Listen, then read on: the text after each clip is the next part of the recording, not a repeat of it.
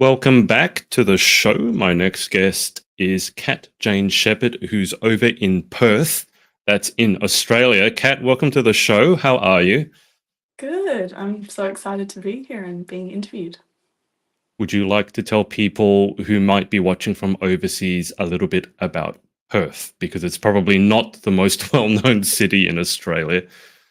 Yeah, sure thing. So it's quite small, I guess, and it's very chill and very calm, and we've got a lot of coast, so lots of things we do are surrounded by the water, and yeah, it's lovely here, and if you can, come travel here and say hi.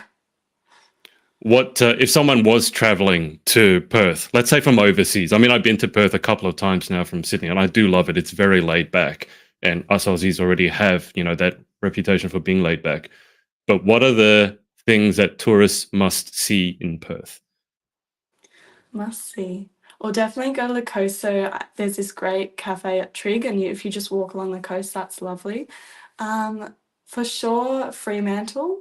It's got some lovely buildings, and even check out the universities that have been around for a while. So the university I Hmm. study at, the University of Western Australia, it's a really beautiful campus.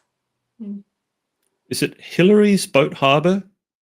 Is that a Yeah, so place? Hillary's, yeah, for sure. So Hillary's boat harbour's there, and then the coast just runs along the strip. So you can walk from Hillary's to Trig and then Scarborough and all different places, and you'll just get a lovely Right. view of Rottnest. So as well, if you Yep. can, jump over to Rottnest, and that's a lovely little island. Okay, because I did go to Hillary's, and I remember finding that really, really a nice, relaxing place. But Kat, why don't we start with the easy question? Why don't you tell people how you got into the crazy world of pageantry to begin with? Yeah, so pageantry I'm quite new to, so I've been excited hearing all about it and learning more. But I came from a background of modelling and acting, and I just saw that with the platform, you can use your voice to help different things that you're trying to do and just network with other like-minded women. So I love being in communities full of women that want to empower other people. And then I just got drawn to pageantry, applied, and then I was lucky enough to, yeah, get selected. Yeah, it's pageantry is not very well known in Australia, is it? It's something you have to kind of stumble across, usually on social media. Is that where you found out about it, or did you do Yeah, a for Google search sure. for it? You did For it on sure. So you I you found it on started social? Yeah, I started seeing people pop up, and I was like, oh, I've followed along Miss Universe forever, just Mhm. because with acting, there's been lots of actors that have been in Miss World and Miss Universe. But then I Okay. deep dived and realized there's so many more pageants around the world with so many different, yeah, countries and people involved. So I've just kind of done a deep dive and learnt more about it all.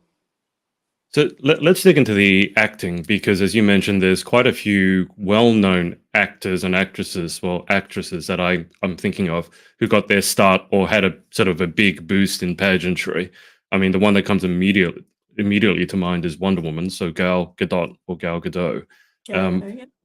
yeah, are there was there anyone in particular that you saw in the acting industry and saw that, oh wow, they got their start in pageantry? Yeah, for sure. So even Michelle Pfeiffer, she did a small pageant, but she did that. Oh wow. Also Halle Berry did one of the Yep. pageants. I think there's also a woman that won Miss World from India prior. Oh, She's married, Aishwarya yeah, Rai, she's I married think. to a Jonas brother. She's amazing. Oh, is she? So yeah, I, yeah, I didn't know the Jonas brother thing, but it's funny that you mentioned Michelle Pfeiffer and Halle Berry because that's two Catwomen, isn't it?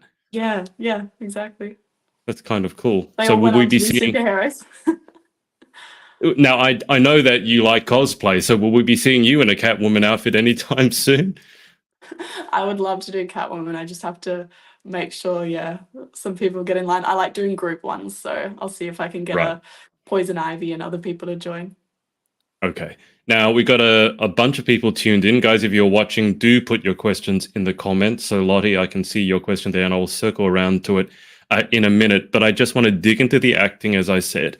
So Kat, you are, let's say a working actor. And I say that because, or working actress, I say that because a lot of girls say they want to be an actress, but I know that you've already filmed. I don't know if it's in post-production or where, but you've already been in a film. So why don't you clue us in? How did you get into acting to begin with? Yeah, for sure. So I studied straight out of school. I did a little bit at school, but it was all musical theatre, and I was much more into theatre and Oscar Wilde and more plays that didn't have song and dance because I can't really Yeah. dance or sing that good. But then, so I left school and I actually went into costume at WAAPA. But while at WAAPA, I was able to be surrounded by amazing actors and kind of learn a little bit more about that art. And I went to a class, just a studio here in Perth, AMA, and yeah, just learnt a little bit more. And then I went for my first, I got an ad straight up, and then I went for my first audition. I was just lucky enough to get picked. Do you have any idea why you got picked? I mean, maybe you do, maybe you don't, but I know a lot of people, and Perth, for those watching who don't know, Perth is not the biggest city. And so a lot of the markets and a lot of the industries, let's say, have less opportunity than maybe a major city. Do you have any idea why you got picked? Was there something about you that immediately stood out? Well, with the process, what you actually do is you send a headshot, your resume. So I didn't have much on my resume, but you send that and you just send a little brief bio to usually the director or producer or whoever is doing casting. It could be the casting director. It's better if you have an agent. I didn't at the time, Hmm. but to get an agent, you need things. So it's kind of a catch 22 there. But Yeah, yeah, so I you send that in and then they send material back to do a self-tape audition now. Lots of things and auditions are at home. So I ended up filming about 6 scenes and then you send it back to the director. It's usually a quick turnaround, so you don't get right. much time. You have to learn these lines off by heart. I'd had background at my school I went to, had been really good with public speaking and Hmm. making us do a lot of speeches, even though I didn't like it in high school. But I realize now, oh, it helped me a lot to. I learnt my speeches. Like if I had to do a 5 minute speech, I would learn it word for You word. memorize the whole thing. Yeah, so that actually has helped my acting, funnily enough. But yeah, so I don't know, they must have seen potential in me. But with acting, you can audition for some role and then end up getting put in another one within the film. And I've that's heard kind of about what that. happened Yeah. with me. Yeah, so I got then picked to be uh, the backpacking kind of British girlfriend in the film. So one of the main casts, but yeah. Right. I'm going to get you to tell the people watching more about the film because I think that's important, but also to what you just mentioned about people, auditioning for one role and then getting another. The one that really sticks out, I'm sure you've heard about this one, is the guy that played Loki. I can't remember his name. What's the guy's Yeah. name that played Loki? Oh, What is? Tom Hiddleston. That's right. And he had Yeah. originally auditioned for Thor, and that's Mhm. looking back at it now, it's really funny.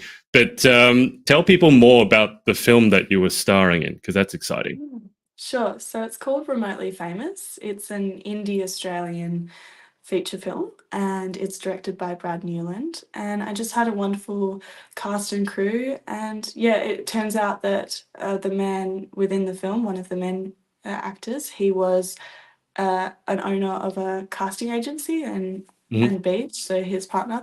And they just said, "Oh, you haven't been signed yet. We'd love to have you." And I was just really happy Oh, to be a part of Padua. Yeah. that works really well. When will the movie be out? Where can people watch it? And can you give us any spoiler-free information about it? Yeah, for sure. So the movie should be coming out later this year or early next year. I'm not too sure with the timeline, Okay. just with all the post-production things that I'm not Yeah. really involved in. But yeah, and it should premiere and then it's still in discussion with distribution. So that's a huge part Okay. too. It's trying to Yeah. figure out where it should go. But yeah, so that's been good. Can you give us any spoiler-free plot information? For sure, for sure. So the plot follows two women that are best friends and they end up going on a road trip, but they end up getting lost. One of the girls, her older brother, is an adventurer, so she gets inspired by him and goes off. But yeah, it's kind of a story of adventure, friendship. It's very female empowering, and Hmm. I'm going along with the brother to try and find his sister. So yeah. Right. Okay. Is it set in WA or just like a fictional? It's set in WA. That's one Well, place I would it's not set, want to get yeah. lost. Yeah, so it's set. We filmed some in Broome, which was amazing to fly there for some filming. So it's around that area and like the Gibson River Road and like that kind of place in Broome. So that was amazing. And Right. then with film, you kind of film in all bush types and then string it together so it looks similar. So it was a lot of different places. We even travelled to Nowborough Station. So and a little Oh bit was wow. filmed in Perth. Yeah. Okay. That's one state I definitely would not want to get lost in is in the middle of Perth. Because again, if you're not watching, there's a lot of nothing in the middle of Perth except maybe mining and sand. So as I said, Lottie, I don't know if you know Lottie. Lottie has a question here. I don't know if you can see that, Kat, but she's asked, "What is your favorite thing that you have done, and why?" That's a pretty big question. That's anything. So, what's the favorite thing that you have done? Favorite thing that I've done. Should I relate it to pageants or You, something, or should no, just it doesn't anything? have to be. Whatever. It could be Mm. something you've eaten that you really enjoyed. The favorite thing I've done. I love to travel, and recently I went to Japan with my boyfriend and his family and my family, and that was just amazing. And I really love the culture there. Yeah. Thanks, Right. Lottie. Okay. When did you go over to Japan, and how long did you go over for? Yeah, so we went like February, I think. Well, they've been going since they were little, but my family had never really been. And this was the second time we went. So yeah, we Right. went all around Tokyo, and then we stayed in Furano, which is a little ski town, and yeah, it was just amazing. Wow. Okay. Because Japan is on one of the countries that I really want to visit because I'm fascinated by the people and the culture. Mm. My parents have been once or twice, and they came back with mochi, little. I think it was little mochi, but it came in this like Yeah. bamboo box, and the bamboo box was handcrafted, and that's something that you just don't get in any other country. So I was Mm. fascinated by that. Now, you mentioned at the start that you got into pageantry because you saw some of the philanthropic work that the women were doing. What sort of causes or what causes are closest to your heart? Yeah, for sure. So, with the Miss Australia pageants, I've been lucky enough with the National Breast Cancer Foundation that that is quite close to heart. Growing up, I participated in the Pink Triathlon, and that's just a triathlon event to raise awareness and money for women living with breast cancer and those that have been affected. So, that's been huge in the lead up to this in October. Been running charity runs and raffles and just doing things to try and raise money for them. Another cause that is really close to heart is Variety, the children's charity, which Mhm. I've been lucky enough to be, yeah, helping out, volunteering my time. I've actually got an internship coming up, which I'm so Oh, wow. lucky to have gotten. So I'm really excited about that. Should be happening around November. And yeah, just to go help out with them. Mm. Do you know what you're gonna be doing as part of that internship? That's exciting. Yeah, so since my master's degree at UWA is strategic communication, they're bringing me on as a media helper to the wonderful women Oh, there cool. already. Right. Yeah. Yeah, okay, so we've talked about a lot of different things already. We're like 13 minutes in, and we talked about acting, you talked about running, and then we're talking about this philanthropic work, and then you mentioned your degree, which doesn't seem to have anything to do with what we've already discussed. Um, what's going on here? So how many different things are going on, and how do you manage your time when there's so many seemingly discordant things going on? Yeah, for sure. I've been lucky enough recently that it's all slowly coming together, it feels like. Even with Cool. pageantry in particular, it's shown me that you can do all your glam things and stuff, but you can also have your causes. And then you have to use strategic communication within pageantry and acting and everything you do. So that's really helping me. So it's all coming together. Scheduling is definitely a thing. I have a full diary, but I kind of work by the minute. But I like being busy. By the I'm a bit of a minute. workaholic. Yeah. By the here's an interesting question. How do you organize your time? Are you old school, like pen and paper, or are you new school with apps and all that stuff? Yeah, so I tried to be new school, but I'm quite bad with tech. So I'm very much pen and paper, and I will write lists every day for the checklist of the day. And some days you don't get to cross everything off, but I don't really mind. It's like you just move that to the next day and hope you get it done within the week. Right. I was betting for some reason that you would be more old school. Do you ever have that problem where that thing on your to-do list that you didn't cross off gets put on to the next day, the next day, the next day, and Oh, then a yeah. month later, 2 months later, at the end of the year, it's still that thing that's been moved 365 times, or is that just me? No, that's for sure definitely a thing. It's more with the type of work I do, you do have deadlines and you could be on set in Right. 2 days or something, or you could have a meeting with the director and you don't want to be unprepared for those things. So those things tend to be pretty strict, but if it's something Yeah. that is an overarching plan or a goal, then yes, I can just kind of do it by the month and say, I'd like this to happen this month, but if it doesn't, it can happen here. Right. Oh, Mm. yeah, that makes sense. If you're working with other people, then timelines are a lot more important. Tell me, what is it like working on a film? Like, give us an insight into what it's like. What's the process? So you already said you do the self audition tapes. You can do that at home. I guess you've got to learn some lines, practice them. But from that point on to when you're on set filming, what's the actual process? Yeah, for sure. So every director's different and every project's different, which is why Right. the arts is quite interesting. It'll never be the same. But usually what you'll do, so you can either, I've done in-person auditions too for a little TV Hmm. web series I've been on. But really what happens is it depends if your director wants to do table reads or rehearsals beforehand. Depending Okay. on the content or the action of the scene, you'll also have to do blocking. So you don't really want to get to location if you want to use the sunlight, say it's like a 6 a.m. shoot, Right. and you're Right. like, Right. oh, I don't know where I should stand or where the camera's going to go. So there's lots of pre-work. But it really depends, yeah, what type of set you're on.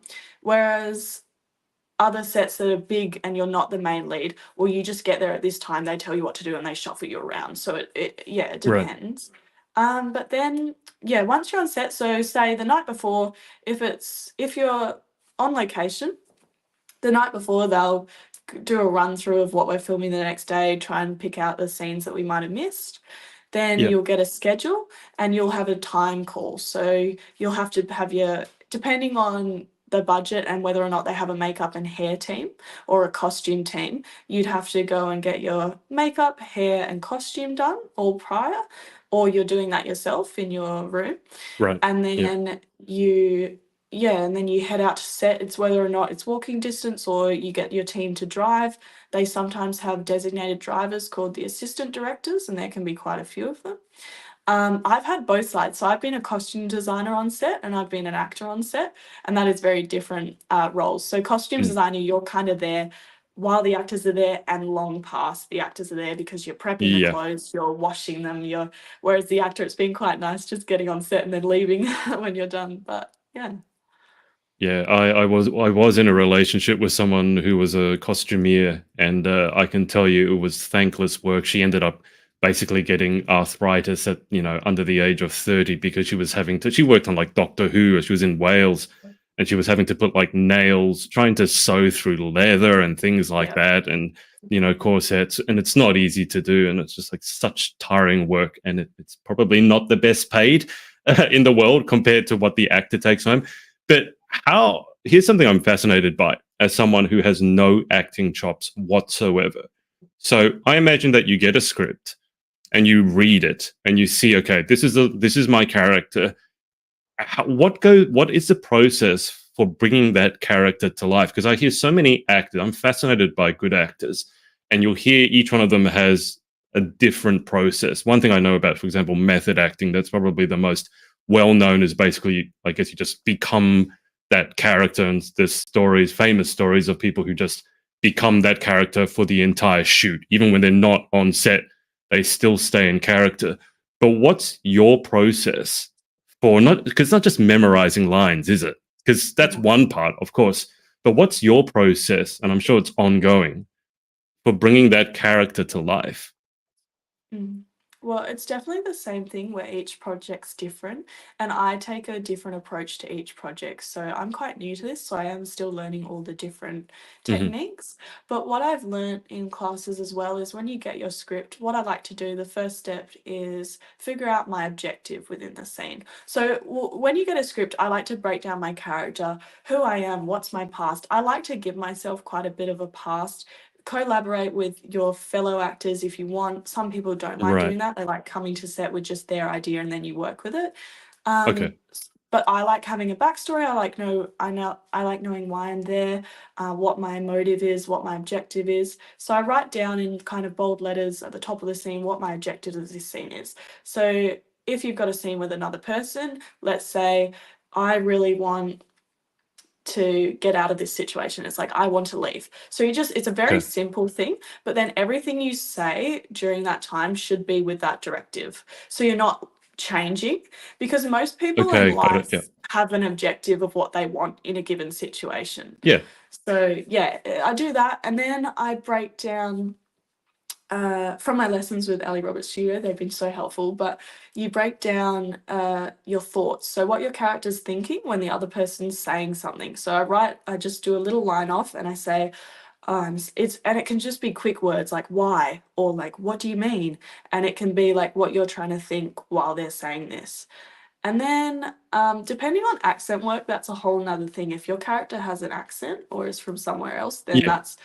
you start work on that as soon as possible with a Yeah, because coach. I Yeah. imagine, yeah, you don't want to be thinking about that consciously when it comes time to speak your lines, because everything else is more important. And just to be clear, all that stuff that you mentioned, that's work that you put in, right? That's not in the script. So, for example, creating the character's backstory, you're not given that. Is that correct? You create that yourself?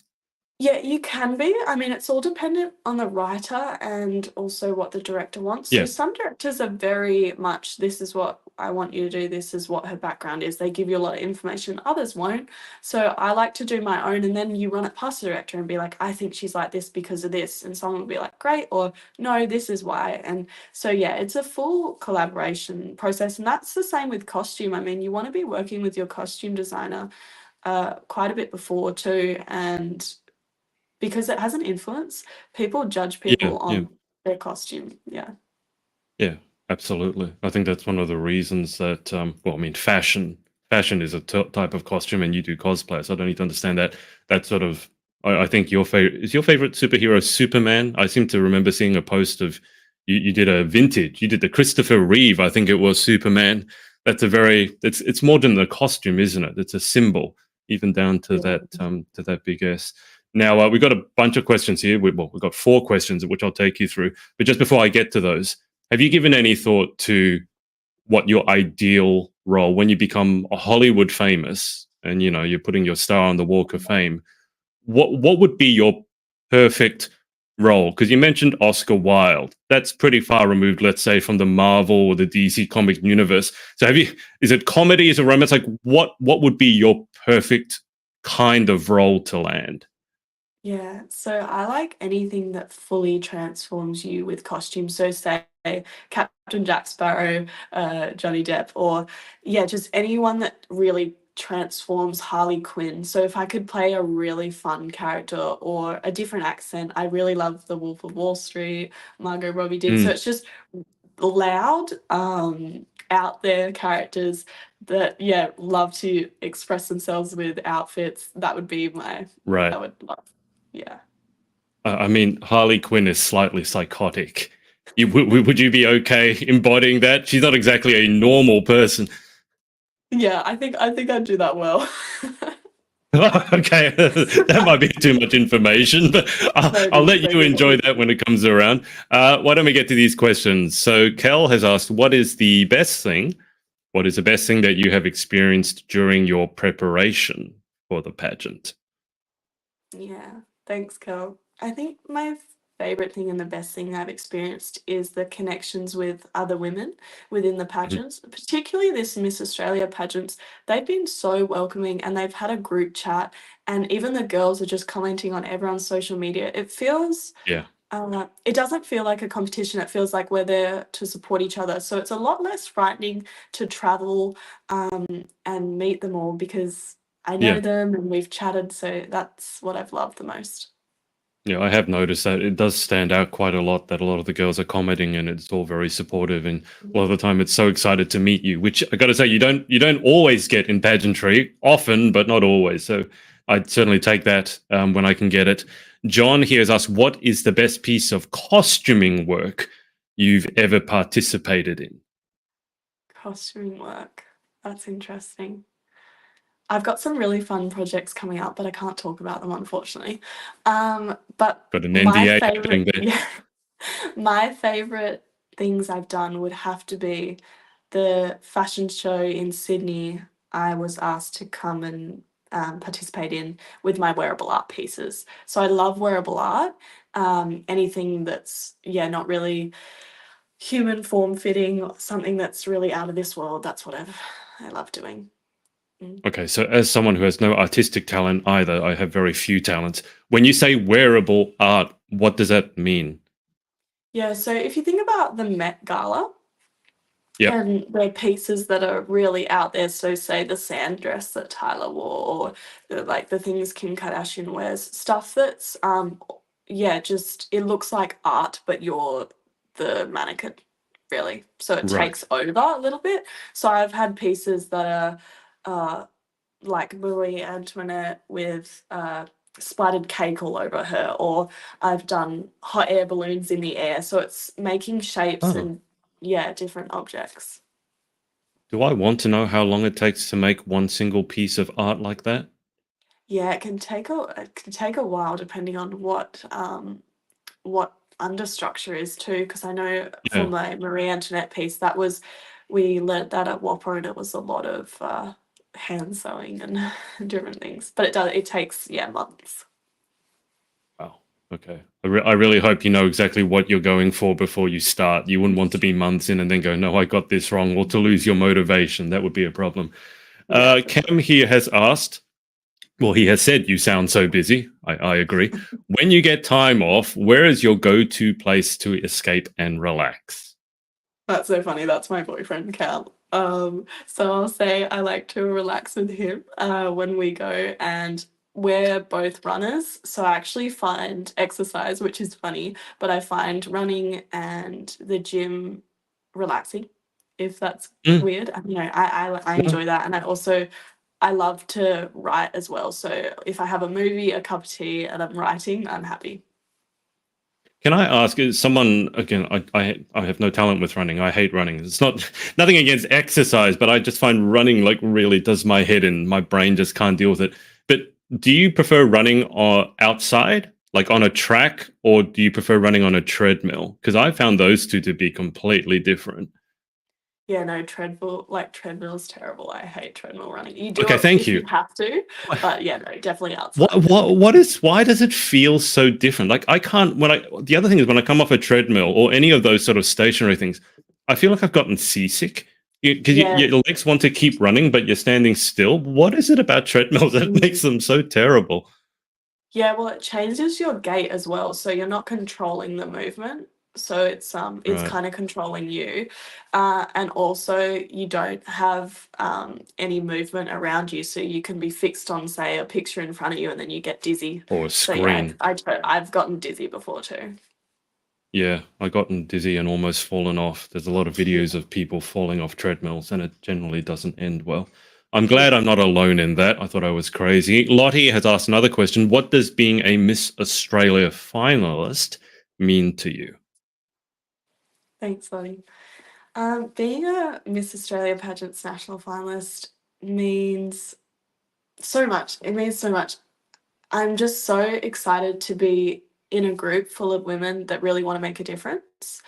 It means that I get the chance to use the platform, even in the lead up, to promote the things that I'm passionate about, and they support you doing that. So, yeah, it means that you get to use your voice and express yourself to a larger audience, and yeah, that's just amazing. Have you set yourself any goals when it comes to the pageant in terms of, performance? Because I mean, running, it's quite simple to understand. You probably want to come first. That's preferable to coming dead last. I have quite a lot of experience coming dead last at running, I will say. So, When it comes to I told you I hated running, and so one time I was in cross country, which was just because we had to do sport at school, and I didn't like any of the other sports. So if you were like that, you had to do cross country, and I think I should have done some of the other sports because cross country was the worst, and I just couldn't be bothered running, so I'd almost come last all the time. But running, competitive, you go for gold, so to speak. When it comes to the pageant, have you set yourself any goals? Yeah, well, funnily enough, with running too, you get to the point where you really have to just focus on PBs as well, because there's so Yeah. many good people, especially at the track. So really, for me, it's more about yeah, just trying to work on that. But for pageants, goals in terms of competition, my goal for this one in particular, because I'm so new to it, is just to network and learn more Mhm. and meet new people. I think with pageantry, you can set yourself up to be very disappointed. Like, I've done bikini comps in the past too. Mhm. It's judges. You have to realize that they're picking the right person for them that year at that particular Yeah. time. So if they see fit that I'm their person, then amazing. I'd be so happy. Yeah. But if I'm not, then I still want to keep going with pageants because it's just helped me, even in this lead up and meeting new people and networking and learning way more and helping with important causes. Do you remember how many girls are actually finalists at the Miss Australia pageants? I seem to remember 30 or something, or is that a different Yeah, pageant? usually it's like 32 to 35, so they have a little leadway. I think it's Right. more on the 35 end this time. Yeah, something Right. like that. But that's to give people watching, that's a lot, especially because it's only, when I say only, it's inverted commas, only one division, because sometimes pageants have similar numbers to that, but there's like a teen division, a Miss division, a Oh, but MS division. yeah, they have, so there's actually three titles though within that. So Mm, Miss Global, Intercontinental, and Supranational. So I guess that makes sense in terms of they do yeah, have to pick three people from that. yeah. It's great that you have so many women going, because otherwise there's not much energy when it comes to finals night if there's only two or three girls Yeah. preparing. Just final thing on the running. What distance are we talking about? Are we sprinting? Are we marathon running? Like, what distance are you competing at? Yeah, so I do the 400 and 800 meter at the Okay. track, usually on Friday nights at Strive. That season's starting soon. But when you train, you do longer distance. So I'm with the Perth Distance Project group and PDP, and they're so good. And my coach makes me do more longer sessions. So when you're on your own, you might do like a 12K run just to keep your fitness and endurance up. Because with the 800 meter, it comes down to endurance, not just yeah, not just sprinting, because the lactic catches you after that first lap even. Yeah, I seem to remember someone commenting on running distances and saying that 400, I think it was 400 or 800, are like the most, I don't know if it's the most difficult or it's the most painful. Because I think the point was that marathon running, you're kind of jogging, you're not sprinting in a marathon. And a sprint is a sprint. If it's 100 meters, it's done in about 10 seconds. But I think Mm. the point was that 400 and 800 goes long enough that all that pain can happen, but it's short enough that you kind of have to sprint. Does that sound remotely accurate? Yeah, well, with it's funny though because I have my friends race the 10K and all that's grueling. Like their feet are chewed up. And I've done a 10K race and I've never felt worse in my life. So I'm like, Good. I think the longer distance actually is way worse. But with the 400, what you get is a very quick pain. So within the last 100 Right. meters, Good. if you've gone out, yeah, if you've gone out too hard, you'll hit quicksand and you'll feel like you're running like this, like you're just clawing to the end. And that's lactic and that's brutal. So it's a different pain, I guess. Right. I mean, Yeah. chewing up your feet's probably not a good idea before you go to pageants, because pageants will do that for you. So you don't need any help chewing up your feet. How do you pace yourself in a run like that? Because a 400, how long is a 400-meter taking roughly? Well, for me, it takes about a minute oh two. So yeah, a minute. Whereas other girls can get in like the kind of 50s and stuff. So it depends, like seconds. So it really depends how quick you are and how much you've worked on it. But yeah, about 102 for me is my PB. So really, you kind of want to, what they say is you want to take off hard at the block. So we have block start. Yeah. You want to take off Yeah. hard for that first 100 meters. So you're mentally like getting into it. Then they say you want to float the back, which you're not really. You're just trying to get into the motion of that speed you want to keep Right. up, and then you're trying to bring it home on the last 200 meters and just hang on for the Right. last 100. Right. I think I'd just be trying to hang on for the entirety of the race, hoping for it to be over soon. Did you ever Yeah. try any of the other events like, I don't know, hurdling, discus, javelin, high jump, long? You're quite tall, so I got to imagine like a long jump or high jump could have worked. Did you ever try any of those other events?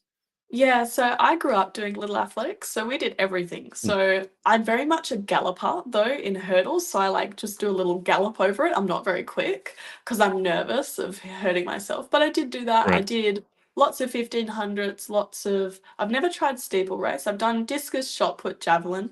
I'm terrible at throws because my arms they've got no strength to throw things.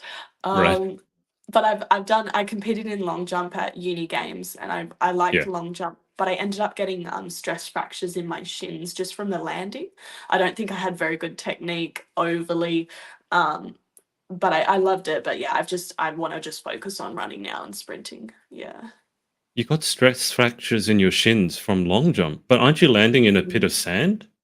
Yeah, but it's still a harsh. Well, it was a plethora of things that happened, and the reason why I got stress fractures. I was doing like bikini comps at the time, so you're cutting your food, you're running. I was doing soccer, I was doing frisbee. It was like I was doing too much, and it was overloading, really. But the impact of Okay. doing states because you have to do like 6 jumps, whereas usually in training you do like Right. 3 or something. That was a Yeah. bit too much, and it just went, ugh. Yeah. Right. Okay. So this whole workaholic thing that you've got going on, that's been going on for a while. This is not a recent part of your personality then, by the sounds of it. No, not really. Oh, no. Did you learn anything from it, Kat? Getting stress fractures? I do. I try and learn each time, not to overdo it. I've had lots of injuries in the past. I've even got a bit of an ITB issue right now, from doing a little bit too much. So yeah, Okay. How old are you? I'm 23. How many injuries have you had so far? Oh, it'd be at least like 5 or 6. I tore my ligament in netball. That was gnarly. That was a popping sound, and I knew Gnarly. something was Oh wrong. no. Yeah, that was gnarly. That was not fun. I worked at an all girls high school coaching tennis, and I have to say, the two sports that seem to cause the most knee injuries, I don't know about other injuries, netball and soccer. Oh yeah. Those two. Everyone who had played either of those sports, or God forbid, both, for any period of time, you could spot them because they're all the ones wearing the knee braces. Yeah, yeah, for sure, for sure. I didn't have knee issues with netball, weirdly. My ankles were not great with the, yeah, quick movement because I was often center and stuff. So, but yeah, and soccer, yeah, soccer was hurt a little bit with my knees, so I gave that up. Okay, so we're just praying that you get to Miss Australia without incurring any more Yeah, injuries. So maybe ease off a little bit, yeah, just a tiny I'll bit. chill out. I'll chill Yeah, out for a I'll second. I think I'll believe that when I see it. Now, bringing it back to your degree, we've covered a lot. I'm sure there's still a lot more to go, but strategic communication is an interesting one. Do you want to define what strategic communication actually is? Yeah, so strategic communication, if you just look at it or what it means, it's kind of communicating in the best way possible and planning. So you have every company will have a strategic communicator. So that's the person that will come in and sometimes deal with the problem, but they also have to foresee the problem. It's what you say, like PRs. It could be you could go into so many different avenues with this. Everyone in the class, lots of them are international students and all from different backgrounds. Some are already working, some are not. Some want to go into fashion journalism, which is me too. Some want to go into advertising. I like advertising too. So it depends what you want to do. And inside strategic communication, you can also be more the creative, or you can be the strategic planner, the more Mm. numbers person. So it really depends what you're passionate about. So it sounds like, and correct me if I'm wrong, but it sounds more like a skill you're learning, and then that skill could be used in a lot of different industries. Yeah, for sure. And that's why I chose this degree in particular, because I knew it helps with every single thing I do. Especially Right. I'm starting because I'm my own business. I'm a freelance hire for costume, and I'm also studying to be a PT. So all these things to start up your business and promote yourself and learn strategies. It's also dissecting what advertisements went well and where companies went Mm. wrong, and what are some why some advertisements were tone deaf, and what we could do to prevent massive problems happening within a company. So yeah. that industry definitely could deal with some strategic thinking people, because sometimes they spend millions of dollars on advertising campaigns and they flop, and everyone's looking at them going, "Of course it flopped. Are you crazy?" Yeah. You just mentioned that you're studying to be a PT, which you hadn't actually mentioned before, Kat. Is there anything else that you want to just casually mention that you're studying or you do 40 hours a week that you've forgotten? Because I'm losing track now. No, I think I'm good. I think I'll stop there. You'll stop, or is that everything? I mean, those two aren't the same thing. Is there anything else that we haven't covered that you just casually do on the side? No, I think that's everything. I've done a little bit of writing. I love to write, and I'm like an online author, but like that's more just fun. That's just fun. Just casually an author on the side. Here I am. I'm like an author, a best-selling author. Yeah, I just casually do that on the side. No, It's but all you good. like best like I'm on Wattpad. Like it's very different. Like I just enjoy it for the comments, but I'm not Well, published or anything. if I give you let you in on a secret, I didn't actually write my best-selling. Oh no, yeah, I didn't write my best-selling book. I interviewed people and turned it into a book. So I didn't really write. I mean, I've been diagnosed with ADHD, and one of the things that the psychiatrist, bless him, said, "If you've written a book, you can't possibly have ADHD." I'm like, I didn't actually write it, but he wasn't willing to listen to me. Okay, so big question then I have to ask, and I'm sure you've considered this. You have so many different facets to what you're doing. I like to think of it people as being like a bicycle wheel, and you have a wheel, you have different spokes. You're like one of those bicycle wheels that has 100 spokes, because I'm sure there's other things that you do that you just haven't mentioned, and so you're not telling us all the other things. But where do you see yourself? Let's go for 2 years time. So you'd be Mm. mid-20s, 25. Where do you see yourself, given everything that you've mentioned you're currently doing? Yeah, sure. So I'd like to see myself still working in the film and television industry as a costumer and actor, hopefully with a few more bigger projects. And also, I'd still like to be in pageantry, so using that platform to promote certain causes that I'm passionate about. So, particularly within the costume industry, I'm very passionate about sustainable fashion. So, using the platforms to promote that in particular. Yeah. Can I just ask you about sustainable fashion? Because I'm sure that you'll know this better than me. What are some of the issues in the fashion industry surrounding sustainability? I know I've spoken to a few girls competing in Miss Earth, for example, and I've heard a lot of statistics about textile waste, jeans in particular, taking up a lot of landfill. And there's all these issues with things in the oceans. I know microplastics is a huge thing. They talk about forever chemicals now. What are some of the issues? Because you work in the fashion industry. Well, you work as a costumier, which is Mhm. related to the fashion industry, and so you can see the good that it does, obviously, the creativity. And I'm sure you've seen some of the negatives environmentally as well. So, what are some of the issues that you've come across in the fashion industry? Yeah, well, because it's so large scale, one of the major ones is fast fashion. So Hmm. trying to stop that, making sure that we're seeing the full life cycle of the garment being used properly and not just thrown out. Jeans is huge, so landfill. Uh, just taking up space on the earth, hurting nature, and the toxic chemicals and microplastics, people that you don't even know, like even just washing your clothes is damaging to the environment if you do it too often.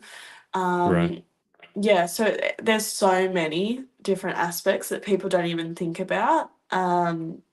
So it's educating myself on that. I've done a certificate recently from Redress, which was a full educational online training that taught you a little bit about not only what's damaging the planet in terms of Mm. fashion, but also what you can do, especially as a working designer. So there's different ways you can make patterns so it uses up all the fabric. You can make sure Ah, that you're right. using fabric that's already pre-made from old recycled garments. So there's so many different things you can do, but I think people just it's I mean it's the same with everything that's causing the environment harm. You kind of just go about your normal day, you think about it, but then you just go, "Oh, I can't really do much. I'm just one person." But Yeah. even if you do something small, like don't buy new clothes, just go to op shops or get secondhand. You can, or hiring, especially in pageantry, hiring's become huge, and it's so good Yeah. because it means a garment's getting multiple uses, especially for balls and different things like that, where you're only using the garment once and maybe throwing it out or Mm. just leaving it in your cupboard forever. Repurposing is a huge one too. So I did the Jenket project, which I got everyone to send in their used jeans Hmm. because everyone has about 20 jeans in their cupboard. They're just there. They don't quite fit, or they're too low, or you just don't wear them. So I said, give them to me, and I repurposed them into bucket hats, and then I sold them, Oh. but all the profits went to Variety, the children's charity. Dig into just like the fast fashion for me. It seems to me to be a problem. It's propagated a lot of the time by social media and particularly influencers. So one of the things that kind of bugs me is when you see all these people doing what is it called, fashion hauls, where they get a whole bunch of, it seems to me, very cheap clothes that they're probably only going to wear once or twice and then chuck out, and it's because some famous influencer talked about it. And it seems like the problem is not just, yes, they're aware of the environmental thing, but the clothes are cheap. They see a famous person spruiking them. So, what can we do about fast fashion in particular? Yeah, so that's also another real issue is people just think about the environmental issue, but it's actually a humanitarian issue as well with Mm, underpaid workers and terrible working environments, particularly children as well. So people don't think about that side either, but really what we need to do is start looking into the brands that have the scientific tags that are supported hmm, by government, and make sure that also a new thing going around is saying that it's ethically good or hmm, sustainable. And they're just using it as a catchphrase or like a hook because it's the new thing to be sustainable. But really, you have to yeah, deep dive into that brand and make sure that they actually are doing sustainable practices. So don't just trust someone writing it on their Instagram.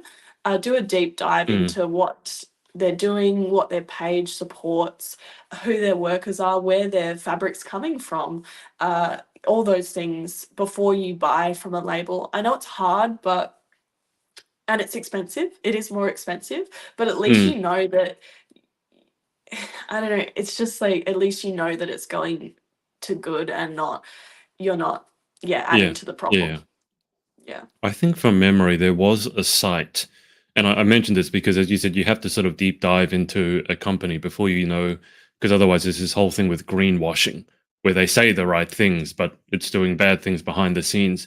But to find that out takes a bit of like investigative journalism almost.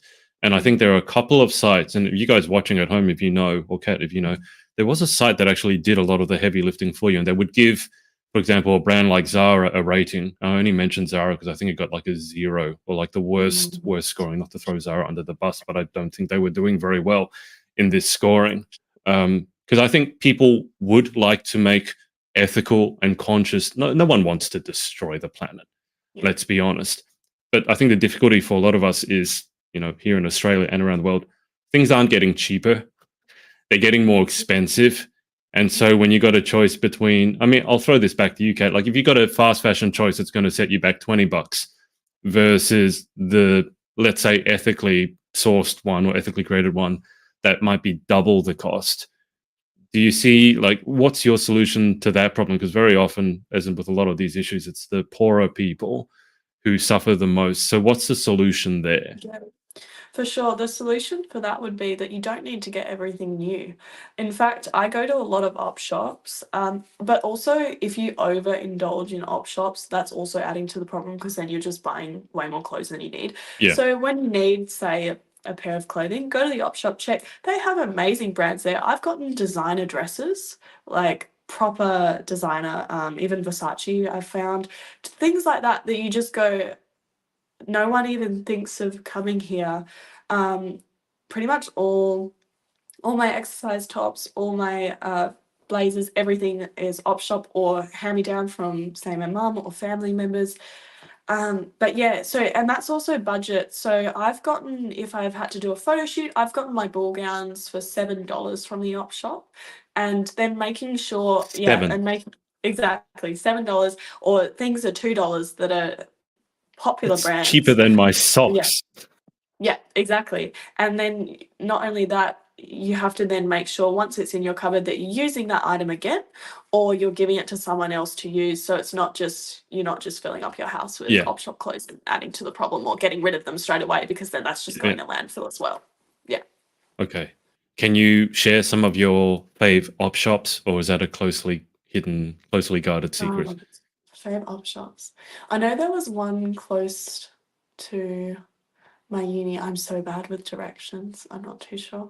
I like I like the good Sammys. They're often pretty good. But I mean all around Perth they're quite good. They yeah, they section them off in different areas and you just have to deep dive into all of them and have a look around and Okay. go on a little fashion trip. Instead of going to the shop, go to the op shops with your friends because they're actually fun and they're a bit different too. If you want to Yeah. change up your style and not just be like everyone looking like you're in a uniform, they could have 80s looks, 70s looks, yeah, all different styles. Yeah. Do they have men's clothes as well? Yeah, yeah. So they have Right. men's, they have kids, they have women's, they have exercise clothes, they have shoes, they have hats, everything. I'm looking at getting a couple more blazers to add to my collection because some of them are a bit Yeah. worn out. And if I go to a pageant, I always have to have a nice suit on. And I don't really want to spend $400 if I can spend $7. I'm not expecting seven, but anything less than $400 would go a long way. Kat, we've covered a lot. We'll go towards a close, but just before we do, is there anyone that you want to give a shout out to? Any Yeah. shout outs? So I'd like to shout out to the directors of the Miss Australia Pageants. So Charlotte and Sophia, they've been so welcoming. All the girls within that, my family that's always supporting me, my boyfriend, my friends that have joined today, they're like from my run club, most of them. And yeah, just anyone that's been supporting me on this journey. It's been so fun and I'm looking forward to more adventures. Do your run club friends get pageantry, or do they just think it's miscongeniality? That's the normal one that they get. Yeah, no, they've loved like hearing about it and learning more. They're so supportive, so it's been good fun. Good. You can bring them along on the journey. Are any of them going to be able to make it out to the Gold Coast for the pageant? I know it's a long way from Perth to the Goldie. Yeah. I don't think so. I think my mum and dad will come, so they always Okay. support me in those things. I know my boyfriend's doing engineering, so it's a very heavy workload, so he's got to stay here and keep studying. But yeah, no, just those two, and I'm excited to meet everyone else over there. What kind of engineering is he doing? Chemical, yeah, chemical Yeah, you, engineering. you had to think about that I was for like, first. don't do that to me. Don't get it wrong. Yeah, No, literally. No, I all the math ask problems you have. because I studied engineering. I did a double degree with engineering at university, engineering and science, and I would generally have 30 to 40 contact hours per week. And it was always a laugh to me, like the art students whining about how hard they have to work, and they get like 10 hours a week. I'm like, Yeah, seriously? but if you go to Yeah, WAAPA, yeah. it's Okay. 9 to 5. So that's like not every day. Right. Okay. I just have Yeah. no sympathy for art student whining about how long their contact hours are when here we're engineers doing real, like, I'm not gonna say real work, but we got to be there 40 hours a week, and I'm like, stop, Yeah. stop Yeah, complaining. he's working all the time. It's crazy. Yeah. All right then. Well, let's get to the final 10, and then we'll wrap up. So number one, what is your favorite word? Favorite word. It's weird, but it's definitely gonna have to be catastrophe. That sounds like your name, Cat the Yeah. Catastrophe, Yeah, catastrophic so cat. that's catastrophe. That's the name of my design company that I run, and I just love the word because it's so dramatic. It's like it's a catastrophe, and I just love the drama of the word it brings. It's not because it suits your life or what's happening to your life on a regular basis, is it? It's controlled No, I catastrophe. yeah, controlled catastrophe. I just like it. I just think it's like using a bad word but empowering it to be a bit fun and dramatic. Yeah. Well, I've done a lot of these interviews. I don't think anyone has said catastrophe, so that's cool. It's always nice to hear a different word. Number two, what is your least favorite word? Mm. I don't like no. That's pretty basic. But no just it just means no, you know what I mean? It's not I don't like it. It's very cut off. No. I've heard that one so many times. It's always from the young women who are driven and they hate hearing no because they're like, why no? No, like just say yes. Like, no. You have Yeah, to learn exactly. sometimes to take no as an answer. Number three in life, what gets you excited? What turns you on? Mm. I like passion and passionate people. If you come to me about anything, it could be about any topic, but if you're so passionate about it and you're geeking out about it, I'm going to be excited. Yeah, passion is contagious. What about what turns you off? What I don't like? Exclusion.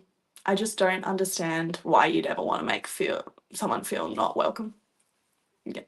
What sound or noise do you love? I like the sound of the kettle clicking off because it's boiled. Right. Okay. What happens after the boiling? We're doing tea, you said? Yeah, I get a lovely big cup of tea in my massive cup, and I'm very happy. What just out of interest as not a tea drinker, what flavored tea or what sort of tea are you drinking? Yeah, I've actually tried the Yorkshire biscuit flavor, and it's actually so good. It's weird. It tastes like, you know, when you dunk your biscuit in tea and it Yeah. falls in, and you're like, ew, Yes. it actually tastes like that, but I like it. I would actually give that a go because when I was over in the Yeah. UK, they kept talking. I had never one of the things I'd never heard of Biscoff biscuits, and they were all introducing me to it and say that you have to dunk it, and then as you do, you dunk the biscuit in, and it all falls in. I'm like, well, what was the point of that? So I would, but it tasted nice. It looked disgusting. It looked like puke, but I would. Can you just buy this from the supermarket? Yeah, literally, I went to Farmer Jack's and it's just on the shelf. So, and I think they also Oh, have strawberry jam flavor as well. I haven't tried that one, but I yeah. do really like the biscuit. It does taste like a biscuit though, so you definitely have to try it and get back to me. See if you like Okay, it. give that a go. Yeah, I'll give that a go over the strawberry jam. I don't think the idea of drinking strawberry jam I find very appealing. Yeah. What sound or noise do you hate? Okay. I yeah, this is very specific too, but I hate the sound of when a musical theatre actor rips their pants on stage because it means I have to fix them before they go out again in like 5 minutes. That can't possibly be an example that hasn't happened. You must have experience Oh, with this. oh, way too much. It happens, they do like their split or something, and it's like, and you're just like, oh, great, that I heard that, and the audience heard it, and now I have to fix that before you run out again for your next number. So funny. Can't you just stitch it stronger or harder or I don't know? Isn't there something like preemptive you can do? I mean, you try, but when they do full splits in trousers, like they're not stretch pants sometimes, depending on the performance. So you just have to fix it when you're there. So you just like you have double up sometimes just to be like, put these ones on. Oh, it's bad. Just to give me an idea, how many times roughly has this happened? Was it just one that really scarred you for life, or was it actually ongoing? It was definitely like every single theatre show, there'd be one guy that 100% ripped his pants. Yeah. Yeah, yeah, yeah. The girls tend to Do be you ever better because they're a bit more careful.